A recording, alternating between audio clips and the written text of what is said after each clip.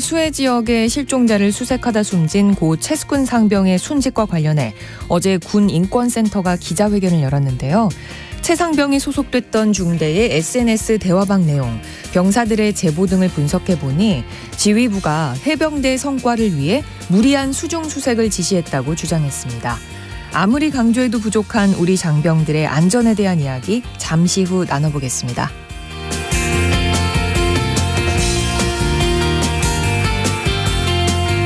두 번째 뉴스픽 역시 안전에 대한 이야기 해봅니다. 어제 성남 샤니 빵공장에서 50대 직원이 기계에 끼어 복부를 크게 다쳤습니다. 애초 심정지 상태로 병원에 옮겨졌지만 호흡이 돌아와 수술을 받은 것으로 알려졌습니다. 샤니는 SPC 계열사인데요. 지난해 20대 노동자가 역시 해당 계열사인 SPL 공장에서 끼임 사고로 숨져 사회적으로 큰 논란이 됐고요. 그 후로도 비슷한 사고가 반복해서 발생하고 있는 상황입니다. 경찰은 공장 관계자를 상대로 안전수칙을 지켰는지를 조사한다고 하는데요. 오늘 두 번째 뉴스픽에선 빵 공장에서 발생한 끼임 사고를 들여다보겠습니다. 8월 9일 수요일 뉴스 브런치 문을 열겠습니다.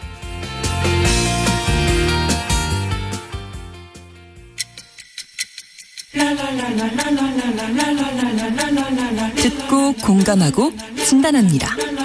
우리 사회를 바라보는 새로운 시선. 신성원의 뉴스 브런치 뉴스픽.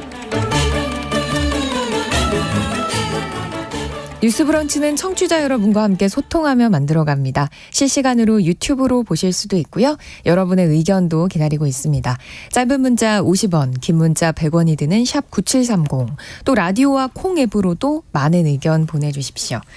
수요일 뉴스픽 시작하겠습니다. 시사인 임지영 기자 그리고 강전혜 변호사 나왔습니다. 어서 오세요. 네, 안녕하세요. 네, 안녕하세요. 네, 반갑습니다. 첫 번째 뉴스픽은 군인들의 안전에 대한 이야기 해보는데요. 먼저 어제 감사원이 방탄물품 등에 대한 감사 보고서를 공개했죠. 차근차근 짚어보죠. 먼저 해군 또 해병대에 보급한 방탄복 상태가 어땠나요? 바다 위에서 방수 기능이 잘 되느냐가 정말 중요하잖아요. 네, 굉장히 중요한 기준인데요. 감사원이 어제 방탄물품 획득 사업 추진 실태 감사 보고서를 공개했습니다. 요약하면 오래돼서 성능이 저하된 방탄 물자를 사용했기 때문에 개선이 필요하다 이런 거고요. 구체적으로 보면은 해군하고 해병대에 보급된 방탄복을 대상으로 해수 처리 후 방탄 성능을 점검한 결과 해수 침투 저항 성능이 미비한 것으로 나타났다. 이렇게 밝혔습니다. 해수 침투 저항 성능이 뭐냐면 이제 우리가 바닷물에 들어갔을 때 방탄복 기능이 유지되는 기능인데요. 그 성능이 떨어진다는 결과입니다. 국방부는 그 군 특성을 반영해서 방탄복을 3단계로 나눠서 지급하거든요. 일반 장병한테 지급하는 게 따로 있고요. 또 대테러 같은 특수임무 를 수행하는 장병에게 지급하는 게 따로 있고 또 함정에서 근무하는 장병에게 지급하는 부력 방탄복이라고 해서 따로 있는데요. 네. 이 처음에 말씀드린 해군하고 해병대원에게 지급되는 방탄복의 경우에 담수, 그러니까 뭐 강물 같은 데서는 이제 방수 기능이 되겠죠. 담수에 대한 방수 기능만 있고 해수에 젖었을 때 성능이 낮아지지 않는지 시험하는 그 기준이 없었던 것으로 나타난 겁니다. 그렇군요. 왜 이런 일이 발생한 건가요? 네, 말씀드렸던 것처럼 기준이 없었던 건데요. 사실 해병대원들의 방탄복은 해수에 노출될 수밖에 없는 구조잖아요. 그런데 군의 방탄복 구매 요구서, 이제 구매를 위해서 요구서를 이렇게 작성하는 서류 그 기준에 해수방수 관련 기준이 없었다고 해요. 네.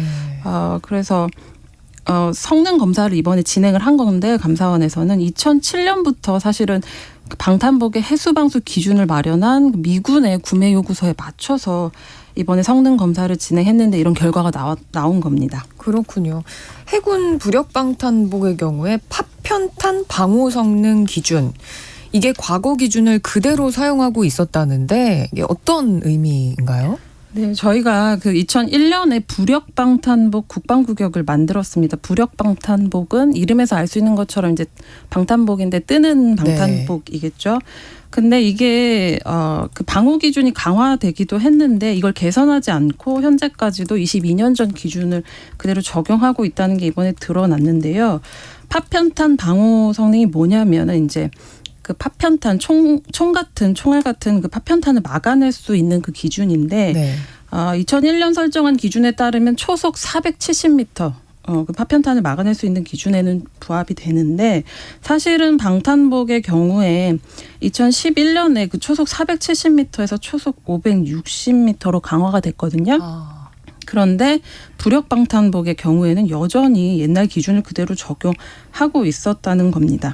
그리고 또 하나가 발견이 됐는데 감사원은 군이 일반 물자를 대상으로 한 사용 기간을 내용 연수라고 하는데요. 방탄 물자에 적용해서 군의 운영 환경에 맞지 않게 물품을 관리하고 있다고도 봤어요. 예를 들면 미국 같은 경우에는 방탄복을 3년에서 5년 사용하면 사실은 성능이 감소하잖아요. 그래서 5년에 한 번씩 교체를 권고하는데 우리 국방부 같은 경우에는 일반 물자 기준에 근거를 해서 지속 가능 기간을 9년에서 15년으로 길게 정해둔 거죠. 네.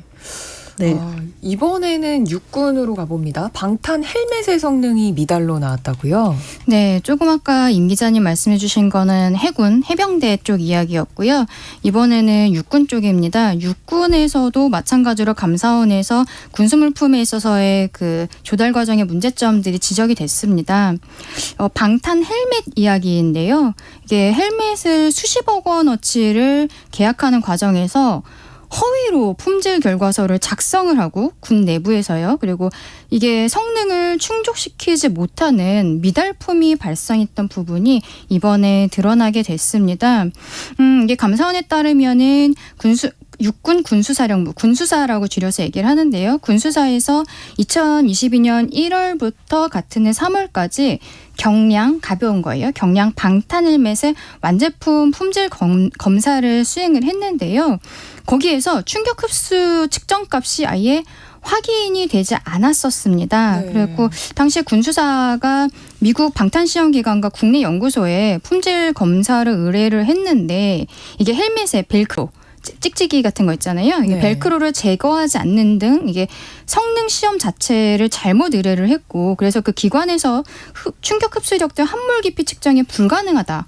이런 말을 들은 거예요. 그랬는데 감사원은 이게 이제 군에서 성능 시험을 잘못 의뢰했는데도 이 업무 담당자가 재검사를 의뢰하지 않고 오히려 구매계약 평가 시에 그 납품 업체에서 제출을 했었던 시제품 측정값이 있었습니다. 근데 이거를 완제품 측정값으로 만들어버린 거예요. 네. 이 군 내에서. 그래서 품질 결과서를 허위 입력해서 적합 판정을 내렸다. 이렇게 판단을 해서 이제 이것도 문제가 되고 있습니다. 헬멧 도입할 때 이 방탄 성능 같은 거는 시험을 해보고 도입하지 않나요? 왜 이렇게 된 거죠? 예, 이게 조금 어이가 없는 상황인데요. 육군본부와 방위사업청이 이 헬멧을 언제 그 도입을 했냐면 2021년 12월이었습니다. 네. 재작년 12월에 노후 헬멧 교체 시급성 그리고 예산이 남았었던 거예요. 예산 불용 방지를 이유로 해서 선납품 후 검사 조건으로 이 43억 원어치의 경량 방탄 헬멧 구매 계약을 완료를 했는데 사실 뭐 노후 헬멧 교체 시급성이라는 거는 예나 지금이나 늘 있었던 건데 아마도 21년 12월이잖아요. 이제 뭐 공공기관 근무해 보신 분들은 아시겠지만 12월이 되면은 예산을 남기면 안 됩니다. 네. 예산을 다 소진하는 거에 시급성이었던 거예요. 사실은 보면은. 그래서 이 선납품 후검사로 긴급하게 43억 원어치를 샀는데 이거는 말 그대로 물건을 먼저 받고 검사는 나중에 하는 겁니다. 근데 이거는 말이 안 되는 거죠. 어떨 때 할 수 있는 거냐면 규정상 북핵 위협 뭐 이런 게 있는 긴급 안보 상황일 때 거의 전체 상황일 때만 이 선납품 후검사가 가능하도록 지금 규정이 되어 있습니다. 네. 근데 2021년 12월이 우리 그때 전쟁 안 났었잖아요. 특별히 지금 기억나는 거 없잖아요. 국가 네. 안보에 엄청 커다란 위협이 있었던 게. 그러니까 예산 소진의 긴급성이 있었던 거예요. 그래서 2021년 12월에 이런 규정이 충족되지도 않았는데 방사청에서 육군에서 이거 사겠다고 한 요구를 그대로 승인을 해준 거죠. 그래갖고 결과적으로는 일단은 선납품이니까 그 방탄 헬멧을 받아왔는데 요거를 나중에 보니까 불량품이 수천 개가 속출이 됐었던 것입니다. 네. 네. 그래서 결과적으로 이제 선납품 후검사라는 이 규정의 위반도 있었지만 아까 제가 말씀드린 후에 검사를 했을 때도 문제가 돼가지고 이게 수천 개가 그 잘못됐다는 거를 이번에 감사원의 조사에서 처음 밝혀지고 국민들께 처음 알려지게 된 거죠. 그렇군요. 이런 물품 구입하기 위해서는 예산도 어마어마하게 들어갈 텐데 가장 중요한 부분이 이게 우리 장병들의 안전과 직접적인 연관이 있다는 거 아니겠습니까?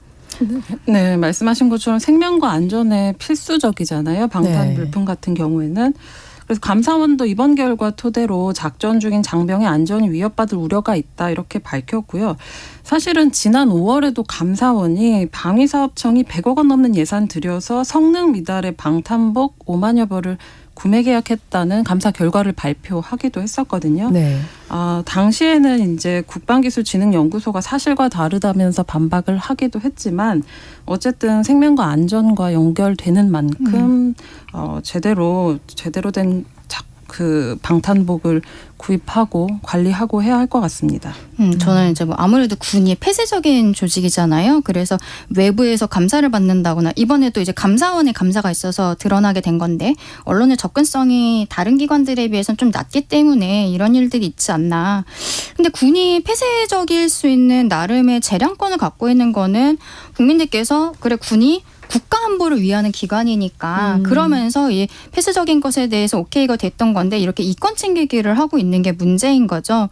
국가 안보에 있어서는 뭐 요즘에는 최첨단 무기들에 대해서 굉장히 중요하게 보고 있는데 이런 거 개발하고 뭐 필요하면 수입하고 이런 것도 당연히 중요하겠지만 우리는 대한민국은 아직도 징병제를 하고 있지 않겠습니까? 그리고 국민들이 의무로서 군복무를 하게 되는데 이러한 장병들에게 쓰여지는 헬멧이라든지 기본적인 방탄조끼라든지 이런 것들에 있어서의 구수물자에 있어서 비리는 국민들 입장에서는 더 크게 와닿는 게 사실이고요.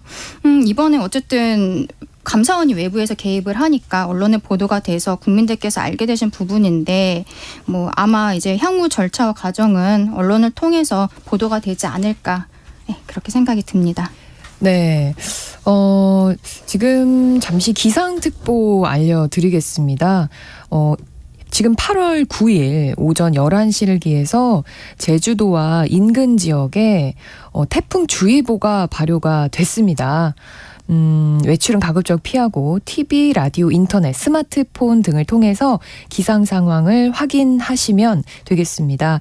기상특보 잠시 알려드렸고요. 또 계속 이어가도록 하겠습니다. 감사원의 이번 조사 결과가 이렇게 나왔는데 이 조사 결과를 통해서 그럼 구체적으로 어떤 조치가 내려지게 되나요? 네, 감사원이 국방부 장관에게 이제 개선하라고 요구를 했는데요. 방탄복의 경우엔 구매 요구서에 해수 침투 저항에 요구되는 성능 기준을 마련하라고 했고요. 또 해군참모총장에게는 방탄복 소재 기술 변화를 고려해서 부력 방탄복의 파편탄 요구 성능 개선 아까 말씀드린 그 확대된 그 기준을 좀 반영해서 방안을 마련하도록 통보했습니다. 또 방탄 물자의 경우에 소재 특성과 뭐 운영 환경 고려해서 수명을 설정하고 그 내용 연수 사용 기간이 지나기 전에 성능 시험도 실시할 방안을 마련하라 이렇게 지시했습니다. 네. 해병의 그 경우에 저희 육군의 경우에는 지금 언론에 나온 내용만을 보면은 아까 아예 그 후 검사에 있어서 그 서류를 거의 조작을 했던 담당자가 있다고 말씀드렸었잖아요. 그분이 육군 내부의 담당자였는데 이분에 대해서 정직으로 지금 징계 요청이 들어가 있습니다. 그러면은 이 징계 과정은 국방부 내부에서 이루어지게 되는 거거든요. 그 과정도 지켜봐야 될 것 같고, 근데 지금 이 담당자 한 명에 대한 정직 징계 요청 이외에 다른 것들이 언론에 보도된 것들이 없어요. 근데 개인적으로는 좀 이게 남은 예산을 가지고 거의 전시 상황에 쓸 수 있는 선납품 후검사 규정을 끌어다 썼다는 거는 분명 내부에서도 검토 과정에서 문제가 있다는 걸 인지를 했을 수가 있기 때문에 그 부분에 대해서도 추가적으로 조사가 들어가지 않을까 그렇게 봅니다. 네.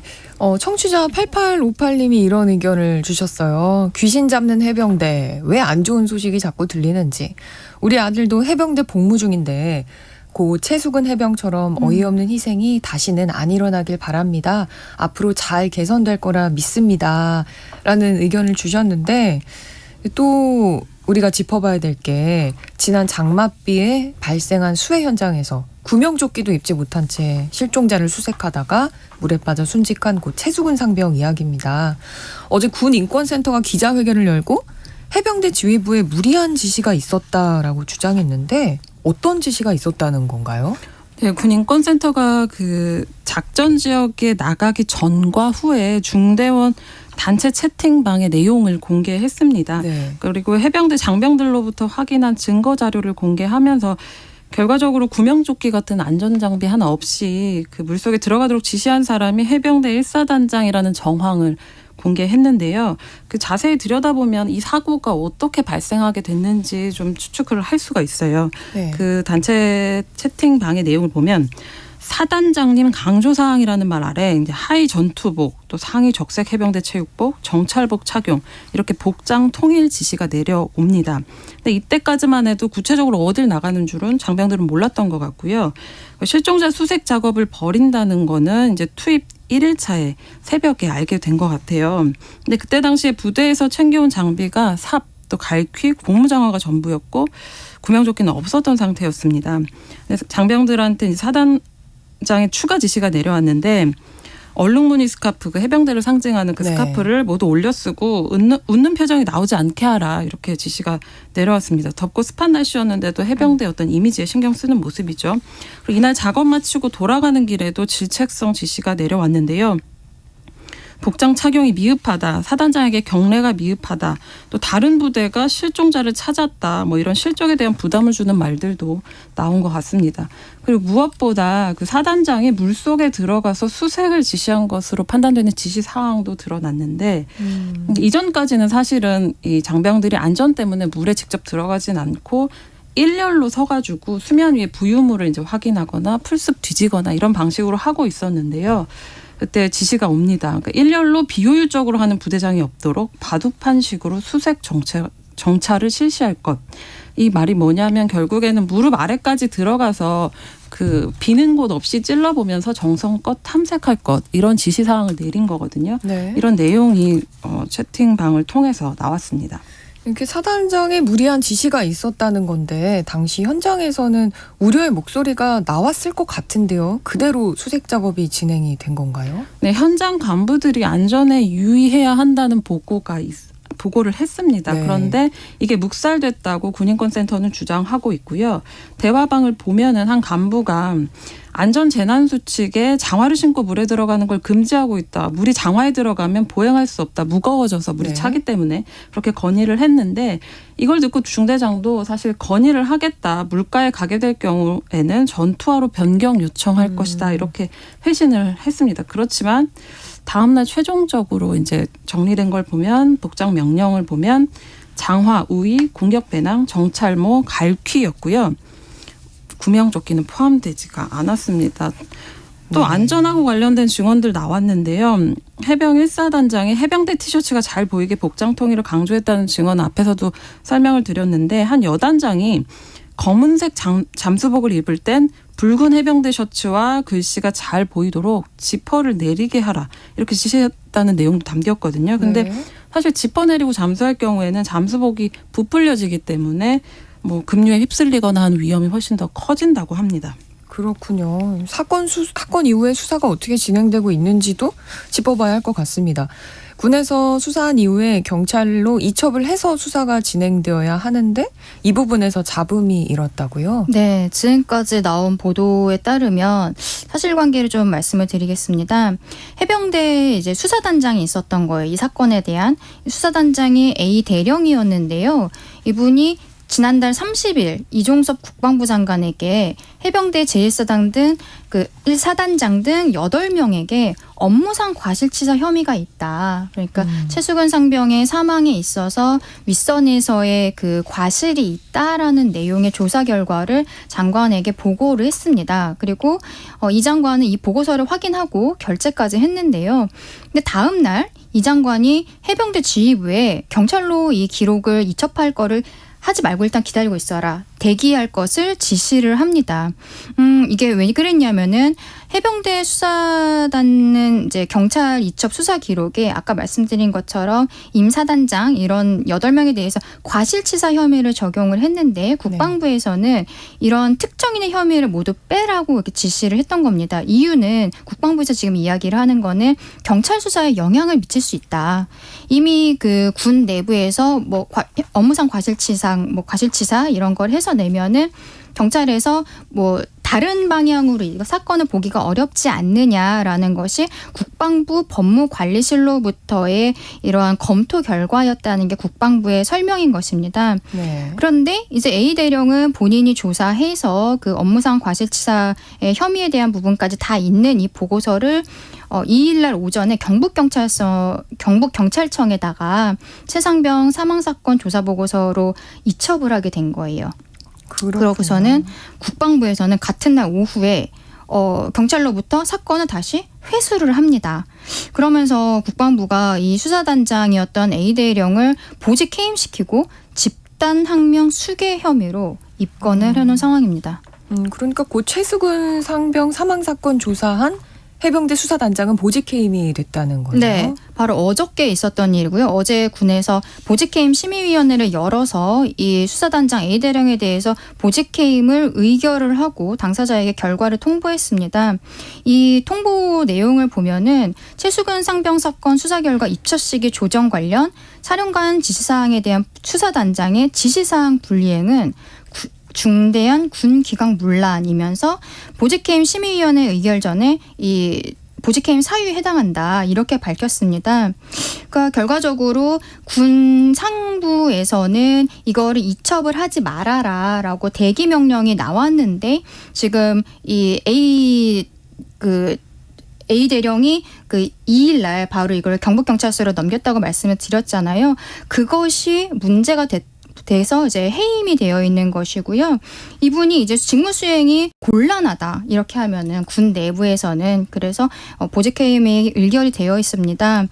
그런데 오늘 오전에 그 기사가 난 것을 보면은 A 대령 측에서는 이첩을 하기 전까지 본인이 2일날 경북경찰서에 이첩을 하기 전까지 본인은 해병대 사령관, 해군참모총장, 국방부 장관한테 직접 대면 보고를 했고 이렇게 이첩 대기 명령을 직간접적으로 들은 적 자체가 없다. 다만 법무관리관, 군 내외 법무관리관의 개인 의견과 차관의 문자 내용만 전달받았을 뿐이다라고 오늘 오전에 이제 좀 그 A 대령 측의 의견이 언론에 보도가 됐습니다. 또 이 가운데 문제가 되고 있는 게 국방부에서는 신범철 차관이 여기에 관련이 되어 있다라는 언론 보도들이 있었어요. 네, 여기에 대해서 반발하면서 거기에 대한 법적인 조치를 거론을 하고 있는 상황입니다.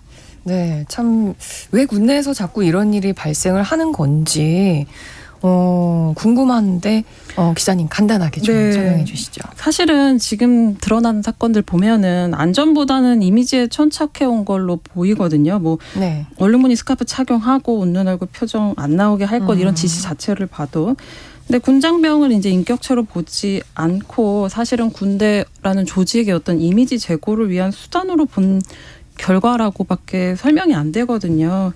청취자분 말씀하신 것처럼 이제 군대 갈 때 국가 믿고 갈 수밖에 없는데 사실은 수사 관계만 보더라도 수사에 있어서의 사실관계보다는 어떤 해병대 이미지 이런 것들의 천착한 모습을 보여줘서 그 안전을 무시하고 무리한 지시를 남발하다 생긴 게 아닌가 군인권센터의 말처럼 그렇게 생각이 되어집니다. 네, 모든 안전과 그에 따른 책임이 제일 중요하겠죠. 잠시 후 이어서 계속 뉴스픽 가겠습니다. 뉴스브런치 1부 마치고 2부에서 뉴스픽 이어가고요. 11시 30분부터 일부 지역에서는 해당 지역 방송 보내드립니다.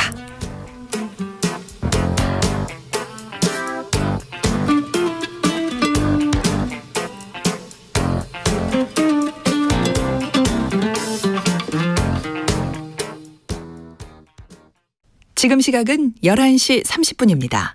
KBS 여러분은 지금 KBS 1라디오 신성원의 뉴스 브런치를 함께하고 계십니다. 두 번째 뉴스픽입니다. 어제 샤니 제빵 공장에서 노동자 한 분이 기계에 끼이는 사고가 발생했습니다. SPC 계열사로 그동안 몇 차례 비슷한 사고가 연이어 있었기에 논란인데요. 우선 어제 몇 시쯤 어떤 작업을 하다가 사고가 난 건가요, 기자님? 네, 어제 낮에 있었던 일인데요. 경기도 성남시 샤니 제빵 공장에서 50대 노동자가 반죽기계에 배 부위가 끼는 사고를 당했습니다. 소방이 출동했을 당시에 의식과 호흡이 없는 상태였는데 병원에 갔을 때 호흡이 회복돼서 수술을 받았습니다. 사고 원인이 된 그 반죽기계를 보면 2층 높이고요. 빵 반죽을 수직으로 들어 올렸다가 내렸다 하는 그 리프트가 달린 구조거든요. 근데 이제 기계 노즐을 교체하는 작업 중이었어요. 근데 네. 그때 기계가 멈춰야 되는데 기계가 작동한 거죠. 경찰은 이제 사고 당시에 2인 1조 근무가 이루어지고 있었는데 동료 노동자가 이제 조작 실수를 한 것이 아닌가 여기에 무게를 두고 조사를 하고 있습니다. 조사에 따르면 그 네. 동료 노동자가 기계 안쪽을 들여다보고 있었는데 다른 그 사고를 당한 노동자가 잘 안 보였던 거죠. 안 보여서 빠져나왔구나 이렇게 생각하고서 기계를 작동시켰다고 하더라고요. 고용노동부 성남지청도 사고 경위를 조사하고 있습니다. 네, 해당 노동자가 수술을 받았는데 생명에는 지장이 없는 상태인가요? 네, 어제 오후 6시 반쯤에 1차 수술을 마치고서 중환자실로 옮겨졌다는 게 보도 내용으로는 마지막이라서요. 네. 지금 생명에 지장이 있는지 없는지에 대한 거는 조금 더 살펴봐야 될 것 같습니다. 그렇군요. 이 사고 직후에 바로 신고가 들어가고 기계가 멈추는 등의 조치가 취해진 건가요? 네, SPC 그룹에서는 사고 발생 즉시 해당 직원은 당사 응급조치 및 119 신고를 통해서 병원으로 이송을 됐고 공장에서는 전 생산 라인을 곧바로 가동 중단했다라고 밝혔습니다. 그리고 현재 경찰에서 조사를 진행하고 있고 회사에서는 정확한 사고 원인 규명을 위한 조사에 성실한 자세로 임하겠다 이렇게 밝히고 있는데요. 바로 어제 있었던 일이어서 지금까지는 SPC에서 이렇게 주장을 하고 있는 수준이고 정확한 사고 원인과 사고 처리 절차에 있어서 뭐 미흡한 부분이 없었는지 이런 거는 경찰과 고용노동부가 이제 조사를 해서 나중에 발표 내용을 봐야 객관적으로 좀 확인이 가능할 것 같습니다. 네, SPC가 직원과 가족분들께 깊은 위로를 드린다, 이 사과를 하긴 했습니다만 SPC 사고가 난 게 처음이 아니잖아요. 특히 지난해 10월에 20대 노동자가 기계에 끼어 숨지는 사고로 큰 공분을 샀었죠. 네, 지난해 10월이었죠. SPC 계열사인 그 평택 SPL 제빵 공장에서 20대 여성 근로자가 소스 배합기에 끼어서 숨지는 사고 났습니다. 그때 그 소스 배합기는 내용물이 잘 섞이지 않으면 직접 손을 넣어서 내용물을 건져내야 하는 위험 요인이 있어서 매뉴얼상으로는 2인 1조가 원칙인데 업무에 홀로 투입됐다가 사고를 당했죠. 무엇보다도 이제 공분을 일으켰던 건 사고가 난 다음 날 사고 현장 그 기계를 흰 천으로 가리고 직원들에게 작업을 계속하도록 했다는 점 때문인데요. 또 현장 목격한 노동자들에게 뒤늦게 휴가를 주거나 또 사망자 장례식장에 상조물품이라면서 SPC 빵을 갖다 놓은 일 때문에 거센 비난을 맞았고요. 엄청난 공분을 일으키면서 이제 불매운동까지 이어졌던 것들 다 기억하실 겁니다. 네, 지금 다시 들어도 정말 마음 아픈 사건인데요. 동료가 떠난 자리에 흰천으로 또 가리고 다시 일을 시작했다는 건데 그 후로도 몇 차례 더 사고가 있었죠. 네, 어제 사고에 대해서 국민들께서 굉장히 공분하고 계시는 부분이라고 생각을 합니다. SPC 사고에 대해서는 지난 사망사고 이후에도 다른 사건들이 계속 있어 왔는데요. 네. 이번에 사고가 난 성남 공장 안에서만 10개월 안에 벌써 3차례가 있었던 겁니다. 앞서 말씀드린 사망사고는 평택에서 있었던 일이고요. 작년 10월에 40대 노동자가 빵 검수 작업을 하다가 검지손가락이 절단되는 사고가 있었습니다. 네. 그리고 지난달 12일에도 50대 노동자가 제품 검수 중에 역시 손이 기계에 끼어서 그때는 다행히 골절로 끝나셨는데 어쨌든 큰 사고가 있었던 겁니다. 이 허영인 SPC 회장은 작년 10월에 사망사고가 있고 엿새 만인 21일에 기자회견을 열고 대국민 사과를 했었어요. 그때 네. 뭐라고 했냐면 뼈를 깎는 노력으로 안전관리 강화를 하겠다. 그리고 인간적인 존중과 배려의 문화를 회사 내에 정착시키겠다. 이러한 이야기를 했는데 이 대국민 사과를 하고 바로 이틀 뒤에 조금 아까 말씀드린 성남 공장에서 끼임 사고로 손가락 절단 사고가 있었던 거죠. 근데 SPC는 지난 1월에 올해 1월에도 안전경영 선포식이라는 것을 개최를 했었습니다. 네. 그러면서 뭐 행복한 근무 환경을 만들겠다면서 뉴 SPC를 약속을 했는데 그럼에도 사고가 계속 발생을 하고 있어서 이 안전 경영을 표방한 것이 유명무실한 게 아니냐 이런 지적들이 좀 있습니다. 네, SPC가 다시는 사고 발생하지 않게 하겠다며 대국민 사과와 재발 방지 대책도 약속을 했잖아요. 왜 이런 일이 계속 반복해서 발생하는 걸까요? 이번 사건 같은 경우는 동료 작업자가 어쨌든 업무상과 실시사상 혐의로 조사를 받고 있는데 경찰이 이날 어제였죠. SPC 안전관리 책임자를 불러서 평소에 안전교육을 어떻게 진행해 왔는지 집중 조사하고 있거든요. 그러니까 네.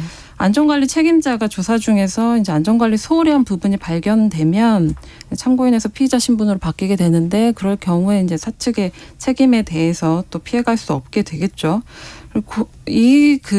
그리고 이제 보면은 이 사고가 난 그 공장의 경우에 고용노동부하고 SPC 그룹 자체가 사실 안전점검을 했던 곳이거든요. 네. 근데 부실 감독이나 뭐 관리 부실에 대한 지적이 나올 수밖에 없는 것 같고요.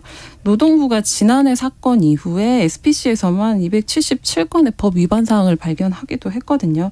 그런데도 계속 사고가 발생한다는 것에 대해서 좀 생각을 해봐야 될 것 같아요. 뭐 사업주가 공장 설비 안전 문제 뭐 원칙적인 것 이외에도 좀 더 관심 갖고 적극적으로 챙겨야 하는 부분은 있는 것 같습니다. 네, 네. 참고로 지금 이번에 사고가 난 샤니 같은 경우에는 그 SPC 그룹 아까 사과를 했다는 허영인 회장과 그 가족들의 지분이 한 70% 정도 됩니다. 그리고 그룹 지주사인 파리크라상이 10%가량을 보유를 하고 있어요.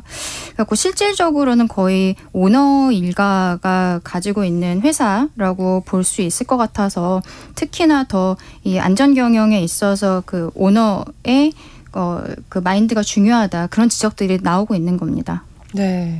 경찰과 고용노동부 모두 조사에 들어갔는데 1918 쓰시는 청취자분께서 중대재해처벌법이 유명무실해서 이런 사고가 재발하는 것 같아요. 확실한 처벌이 이루어지길 바랍니다라는 의견을 주셨어요. 이게 참 안타까운 마음인데 좀 앞으로는 재발하지 않았으면 좋겠다는 바람을 해봅니다. 네, 그 중대재해처벌법 관련해서 말씀을 드리면은 네. 작년 10월에 사망사고가 있었잖아요. 그렇고 그때도 중대처벌법 위반 이야기가 나왔는데 사실은 지금 2023년 8월인데 아직까지도 고용노동부에서 수사를 하고 있는 상황입니다. 그래서 결과가 나온 건 아니에요. 근데 네. 요 사건도 고용노동부에서는 중대재해처벌법 위반 그리고 산업안전보건법 위반으로 지금 조사하겠다라고 하고 있습니다. 네. 수요일의 뉴스픽 시사인 임지영 기자 그리고 강전의 변호사 함께했습니다. 오늘 감사합니다. 네, 내일 뵙겠습니다. 고맙습니다. 알겠습니다. 네. 신성원의 뉴스 브런치는 여러분과 함께합니다. 짧은 문자 50원, 긴 문자 100원이들은 샵 9730. 무료인 콩앱과 일라디오 유튜브를 통해 참여해주세요.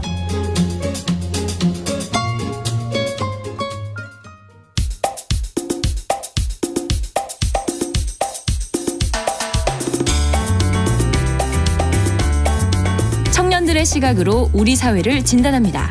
뉴스 브런치 MG데스크. MZ세대의 고민과 이 시대를 살아가는 방법 그리고 그들의 트렌드를 듣습니다. MZ데스크 시작합니다. 대학내일 20대 연구소 이혜인 수석 그리고 MZ세대 트렌드를 쉽고 빠르게 전달하는 미디어 캐릿의 이시은 에디터 나오셨습니다. 어서 오세요. 안녕하세요. 네, 오늘은 어떤 주제 갖고 오셨나요? 네, 오늘 주제 얘기를 하기 전에 제가 좀 한 가지 물어볼 게 있는데요. 네. 다들 여름 휴가 계획이 어떻게 되시는지 좀 궁금합니다. 저는 이사 일정이 있어서 이번 여름은 안타깝게 집에서 보내야 될 것 같아요. 큰 일정이 있으시네요. 네, 아주 큰 일정이죠. 네, 저는 지난주에 저희가 여성 풋살 관련된 아이템 소개해드렸는데 풋살 좀 더 잘해보고 싶은 욕심이 있어서 좀 아주 넘쳐나고 있는 중이라 여름 휴가에 좀 전지훈련처럼 운동을 좀 더 열심히 해보려고 합니다. 이제 막 날씨가 좀 절기가 바뀌면서 좀 선선해지고 있는데 이렇게 선선해지면 바로 일정 잡고 이제 휴가를 떠나보려고요. 아, 멋지십니다. 저는 뭐 휴가 기간을 감히 생각할 수 없을 정도로 예, 열심히 일을 너무 하고 바쁘시군요. 예, 아무도 안 갈 때 휴가를 가려고 계획을 세우고 있습니다. 아, 네. 네, 다들 여름 휴가 계획이 또 많은 줄 알았는데 또 없는 분도 계시고 그렇네요. 네. 네. 오늘은 바로 이제 MZ세대의 여행에 대해서 이야기를 해볼 건데 네. 이제 선호하는 여행 지역부터 여행지를 고르는 기준 그리고 여행지를 찾는 법까지 요즘 여행 문화에 대해 다뤄볼 예정이고요. 저희가 또 듣기 편하시라고 키워드로 한번 정리를 해왔습니다. 그렇군요. 그럼 첫 번째 키워드는 어떤 건가요? 네, MZ의 휴가 계획 첫 번째 키워드는요. 계곡과 백숙입니다. 오. 네, 계곡에 발 담그고 수박 먹고 이런 게 사실 8, 90년대 시절에도 있던 저때 이야기. 얘긴데요? 그렇죠. 아닌가 싶으실 텐데 요새는 이제 저희가 패션에서도 레트로 정말 많이 소개해드렸는데 여행지에서도 레트로 감성이 뜨고 있습니다. 아, 그렇군요. 네, 왜 계곡 근처에 항상 이제 물에 발 담그고 평상에서 음식 먹을 수 있는 음식점들 굉장히 많이 있잖아요. 그래서 그런 곳에 일부러 찾아가서 노는 게 또 여행 트렌드라고 합니다. 예전에 부모님들과 계곡에 놀러 갔던 추억을 떠올리면서 이제 시작된 트렌드인데요. 코로나19로 생겼다고 합니다. 네, 당시 사람들이 많이 몰리는 휴양지에 놀러 가지 못하자 이제 식당이라는 공간에서라도 휴양지 감성을 느끼려는 이들이 많아져서 이게 이제 하나의 MZ 트렌드로 자리 잡았다고 하는데요. 그 흐름이 지금까지도 이어지고 있다고 합니다. 네, 요즘에 이렇게 오히려 좀 백숙이나 이제 누룽지 백숙 이런 토속 음식을 먹으러 다니는 걸 좀 힙하다고 생각하더라고요.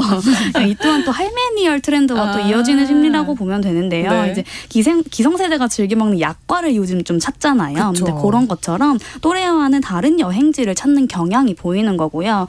이걸 이제 우리가 계속 이야기했죠. 이제 할머니를 뜻하는 이제 그랜마더와 또 여행을 뜻하는 트립을 합쳐서 그랜이 트립이라고 부르더라고요. 일부 이제 근교 계곡이나 시골로 촌캉스를 떠나면서 이제 할머니 감성을 느끼려는 겁니다. 아, 촌캉스. 너무 신기하죠. 네, 네. 괜찮네요. 두 번째 키워드가 소도시라고요?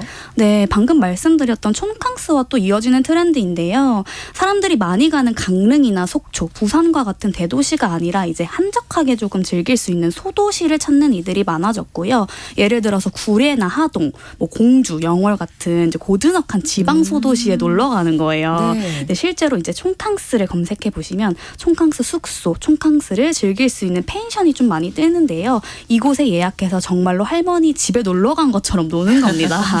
네, 이런 숙소가 사실은 옛날 이제 주택을 개조하는 경우가 좀 많아요. 네, 그래서 이제 시골 감성을 이제 확실하게 느낄 수 있어서 재미있어 하는 것 같고, 이제 근처 밭에서 이제 고추를 따기도 하고, 네. 몸빼 바지를 아예 사가지고 가져가서 친구들이랑 입고 이제 밥을 해 먹기도 합니다. 너무 그렇군요. 재밌죠. 사실 1, 2년 전부터 이런 예능 트렌드에도 이런 촌캉스가 많이 떠올랐던 것 같아요. 이제 시골에서 밥해 먹거나 소소하게 힐링하는 내용들이 정말 많아졌는데 이런 방송 프로그램에 영향을 받은 것 같기도 합니다. 네. 그래서 저희가 이제 올해 로컬 문화 관련해서 좀 많이 다시 알려드리기도 했었는데 지역 음식, 지역 시장에 관심 갖는 MZ세대도 아직도 굉장히 많다라는 거 기억하실 거예요. 그래서 이런 로컬 트렌드와 촌캉스 트렌드가 맞물리면서 기존 관광지로 불리지 않았던 지방소도시에 대한 관심이 더욱 커진 것으로 보입니다.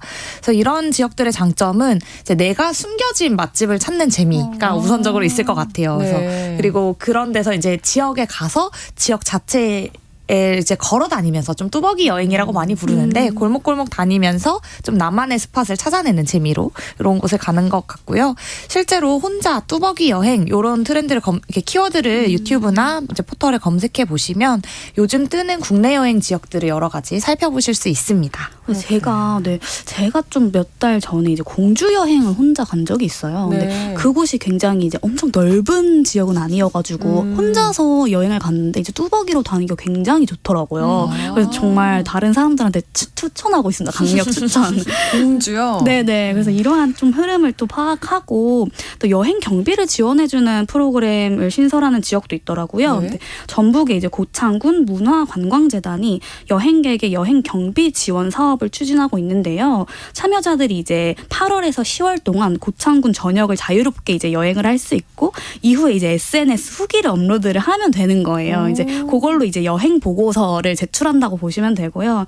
요즘 이렇게 혼자 좀 소소하게 소도시를 여행하는 2030 세대가 좀 많이 늘어나고 있는데 이런 것들에 한번 지원해보는 것도 전 나쁘지 않다고 생각합니다. 그러게요. 여행 경비를 지원해준다는 건 참 매력적인 일인 것 그쵸. 같습니다. 네. 세 번째 키워드는 뭔가요? 네, 아주 빠르게 진행되고 있는데 스포츠케이션이라는 키워드고요. 네, 우리 지난주에 사실 아까도 말씀하셨지만 바로 여자 축구가 흥하고 있다고 말씀드렸잖아요. 있잖아요. 근데 네. 요즘 이렇게 여자 축구, 테니스 등 운동에 빠진 MZ세대가 굉장히 많은데 여행 문화에서도 운동을 빼먹을 수 없습니다, 요즘. 네, 호캉스를 이제 가더라도 호텔 내에 피트니스 센터가 얼마나 규모가 크게 잘 되어 있는지 따져보기도 하고 네. 아예 이제 운동을 목적으로 운동하기 좋은 지역에 여행을 가는 거예요. 이걸 이제 스포츠와 베이케이션의 합성어인 스포츠케이션이라고 부르는 거고요. 이제 가장 유명한 곳을 꼽으라면 바로 양양을 예로 들 수 있을 것 같아요. 그렇죠. 네, 양양이 이제 서핑 성지로 불리잖아요. 그래서 여기 이제 서핑 클래스를 신청을 해서 스포츠와 이제 놀이를 함께 즐길 수 있는 거죠. 그만큼 이제 서핑 샵이 굉장히 많거든요, 이 지역에. 그래서 장비를 또 없는 사람들도 있을 텐데 저렴한 가격에 이제 빌릴 수가 있어서 접근성도 굉장히 좋다는 게 장점이기도 합니다. 네, 이런 트렌드들을 또 기업들이 굉장히 빠르게 캐칭하고 있는데요. 그래서 그런지 양양이 요즘 이제 MZ의 트렌드를 이제 반영한 마케팅 방법 중 하나인 팝업 스토어 성지로 불리고도 있습니다. 네. 그러니까 서울이나 수도권 소비자들이 양양에 이미 몰릴 것을 요 시즌 이슈로 예측을 하고 있는 거예요. 그래서 양양에서 휴가철을 이제 공략한 팝업 스토어를 여는 브랜드들도 굉장히 늘어나고 있습니다. 이제 아무래도 스포츠 하는 분들이 많다 보니까 기업들에서 이제 무설탕 디저트 이런 신제품들을 알리기 위해서 양양에 있는 서퍼비치 같은 데 체험 공간을 운영하기도 합니다. 근데 어느 정도냐면 무려 5일 동안 10,000명이 넘는 관광객들이 이 팝업 스토어를 방문해서 이제 뭐 여러 가지 체험을 하고 갔다고 하는데요. 사실 서울에서도 뭐 10,000명이 간 팝업 스토어라고 한다면 되게 많이 흥행했다라고 판단을 하는데 관광지에서 특히 지역 소도시에서 이렇게 모았다라고 이제 하는 것이 굉장히 좋은 성과로 알려져 있고 이 잠재 고객들이 어디로 갈지 어느 타깃들이 어디에 있는지를 좀 잘 파악한 사례로 굉장히 많이 알려져 있습니다. 아무래도 이제 로컬 같은 데에서 같이 이런 휴가 가고 여행 가는 거를 즐겨서 이런 캐칭을 해가지고 기업들도 이렇게 지역으로 아예 찾아가는 형태의 마케팅을 많이들 시도하고 계신 것 같아요. 네, 사실 운동은 일처럼 여겨져서 여행 가서는 진짜 하고 싶지 않은 마음이었는데 저 같은 경우는 요즘 MZ세대는 엄청 부지런하네요.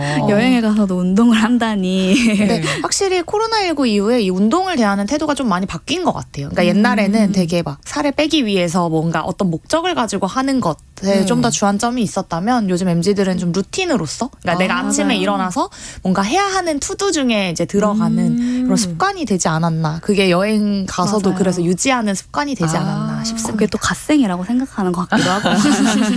갓생 한번 저도 살아보겠습니다. 네 번째 키워드는 반캉스. 저 이 말 처음 들어봤는데 이게 뭐예요? 네, 오늘 재밌는 단어들 좀 새로운 단어들 많이 나오는 것 같아요. 아마 반캉스 하면 조금 예상하시는 분들도 청취자분들 중엔 계실 텐데요. 호캉스 트렌드와 굉장히 연관이 있습니다. 네. MZ가 호텔에서 1박을 하면서 휴가를 보낸다라는 말을 뉴스에서 많이 들어보셨고 이런 걸 호캉스라고 많이 부릅니다.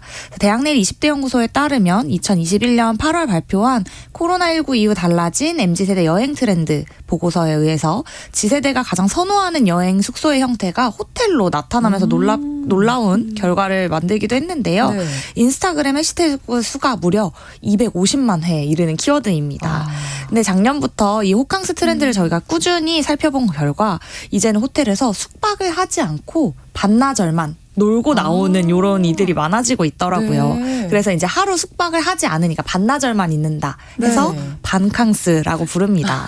그래서 호텔에서 열리는 다양한 스포츠 프로그램이나 이제 체험 프로그램에 참여하거나 이제 호텔 레스토랑이나 라운지에서 다이닝 서비스만 즐기고 나오는 것을 이제 여행 트렌드로 이제 삼고 있는 거죠. 네, 이게 예를 들면 사실 우리 호텔 놀러 가면 이제 거기 레스토랑도 이용해보고 싶고 뭐 네. 온수풀이 있다거나 막 수영장이 있잖아요. 네. 근데 거기는 이제 그런 프로그램은 좀 즐기고 싶은데 굳이 1박까지 할 필요는 없다고 느끼는 것 같아요. 네, 친구들이랑 요즘엔 이제 생일 파티나 뭐 프로포즈 같은 거 할 때 잠깐 이제 호텔에 머무는 경우 있잖아요. 그쵸. 근데 이럴 때 굳이 숙박 비용을 이제 내는 게 조금 아깝다고 느껴지는 거예요.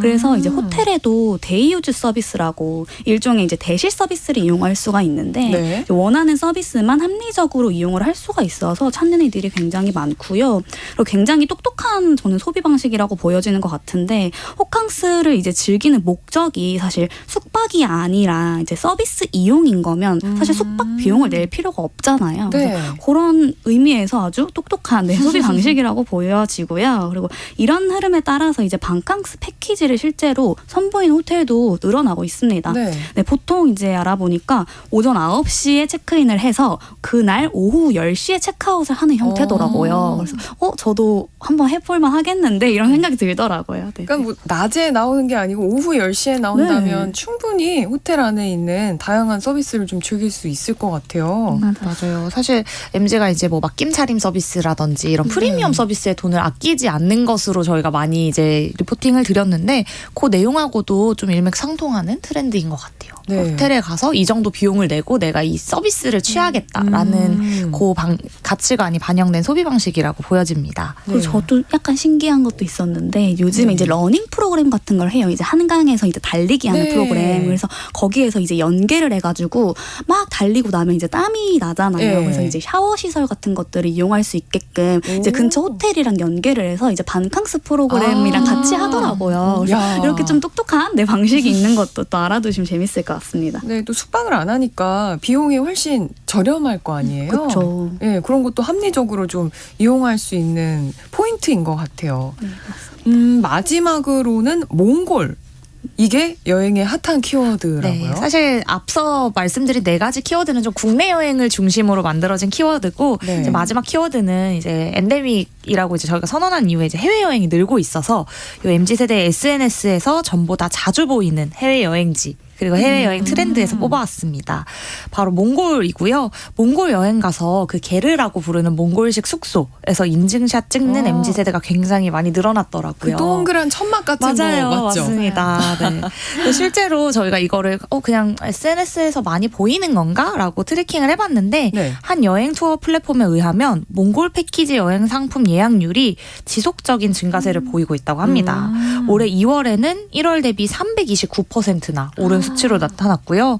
패키지 상품 예약 고객 절반 이상이 20대, 30대로 나타나서 좀 놀라운 발견이라고 생각을 했었습니다. 네. 그리고 지역 항공사의 몽골 노선 탑승률도 높아지고 있다고 합니다. 한 항공사에 의하면 부산에서 몽골 울란바토르 노선 평균 탑승률이 8월 예약을 기준으로 80% 후반 수준을 유지하고 있다는 거죠. 그러니까 국제공항을 보통 이제 인천에서 이용하는 경우들이 있고 지역에서 이제 해외를 나가는 경우는 그 탑승률이 엄청 높지 않은 경우들도 많다고 하더라고요. 근데 네. 이 정도면 굉장히 높은 수준이라고 합니다.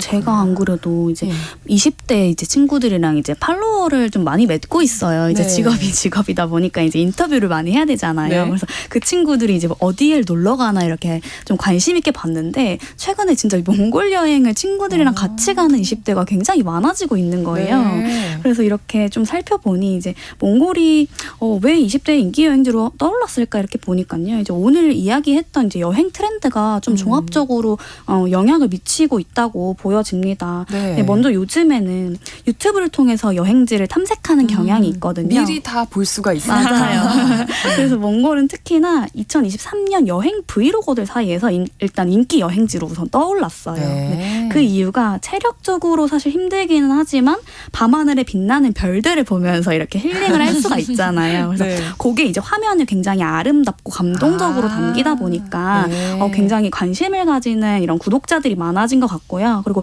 또 하나는 여행 경비가 사실은 굉장히 저렴하기도 해서 관심을 많이 갖는 것 같습니다. 네, 예전에는 몽골 하면은 좀 오지 체험을 한다거나 맞아요. 매니아들이 맞아요. 가는 곳이었는데 이렇게 또 일반적으로 많이 떠나게 된다니 참 신기하네요. 맞아요. 그런 지역도 있고 또 도심으로 가면은 몽골이 또 한국이랑 굉장히 비슷하다고 하더라고요. 네. 뭐 이런 편의점 브랜드가 한국에 있는 것들이 다 들어와 있을 뿐더러 굉장히 비슷한 형태의 도시 디자인이 되어 있어서 그것도 되게 익숙하게 여기는 이들이 굉장히 많은 것 같고 쭉 정리를 해보자면 이제 자연적인 데다가 말씀 주신 것처럼 네. 그리고 또 트레킹 운동이 또 가능하잖아요. 그리고 또 여행 경비가 합리적이고 네. 또 인스타그램업을 하다 또 사진이 굉장히 예쁘게 나오니까 이게 전반적으로 콘텐츠가 되는 여행지라고 보여지는 거예요. 네. 그래서 이제 유튜브를 또 한번 보면 몽골 여행을 가는 이제 G세대 브이로그가 굉장히 많으니까 한번 검색해 보셔도 괜찮을 것 같아요. 네. 사실 저도 말씀 주신 대로 뭐 여름휴가, 뭐 여행 하면 좀 짧게 가는 경우도 경우들도 많으니까 근교인 뭐 일본을 간다거나 뭐 동남아 휴양을 간다거나 하는 경우가 많았는데 최근에는 아예 자연을 찾아서 이렇게 몽골로 떠나는 게 많이 관찰되고 있는 것 같습니다. 사실 저는 좀 신기하긴 하거든요. 화장실을 없이 이제 막 화장실을 막 땅을 파서 간다고 하거나 막 며칠씩 네. 트레킹을 한다고 하거나 막 사막에서 막 되게 막 모래가 온 주머니에서 다 나오는 정도라고 하더라고요. 근데 네. 그런 고행에도 불구하고 뭔가 쏟아지는 별 보러 가자. 막 그런 탁 트인 대자연이 없다라고 이렇게 막 얘기하는 면들이 이제 전에 저희가 MZ세대의 구지데이라고 해서 로망을 실현하는 뭐 굳이 비 오는 날 나가보자라고 하는 것들 소개해드렸는데 네. 그 트렌드랑도 좀 일치하지 않나라는 생각이 들었어요. 그러니까 로망을 계속 어디선가 불편하고 좀 어렵더라도 찾아서 뭔가 해보자, 경험해보자 라는 이야기를 많이 하는 것 같습니다. 저 실제로 최근에 회사 팀 후배들이 몽골 여행에 뭐 같이 갔다, 뭐 가겠다 이런 경우도 많이 늘었고 또 부모님이랑 가족들이랑 이렇게 몽골 여행 가기도 하더라고요. 그래서 네. 실제로 회사 동기가 아빠 모시고 이렇게 갔다 왔다고 너무 좋았다고 이야기해서 오늘 요 몽골 키워드 잡았을 때 되게 공감 많이 됐었던 것 같아요. 저도 네. 가보고 싶네요. 저는 예전에 갔었는데 오. 그때만 해도 정말 화장실도 없고 예, 그래서 굉장히 황당했지만 너무 아름다워서 좋았던 기억이 많이 나요. 워낙 요즘에 또 멀으니까 다시. 막 화장실 그렇게 하는 경우가 막 되게 멀리 가서 화장실을 팠다고 생각하는데 다음날 아침에 보면 막 되게 코앞이고 막 이렇다고 이런 후기들 많이 들려주더라고요. 네, 이번 주에 국내 곳곳으로 휴가 떠날 예정인 분들도 많이 계실 텐데 무엇보다도 태풍 피해 조심하셔야겠습니다. 안전한 여행 잊지 마시고요. 대학내일 20대 연구소 이혜인 수석, 미디어 캐릿의 이시은 에디터 감사합니다. 네, 감사합니다. 뉴스브런치 8월 9일 수요일 순서 마치겠습니다. 저는 아나운서 유지원이었고요. 내일 11시 5분에 다시 찾아오겠습니다. 고맙습니다.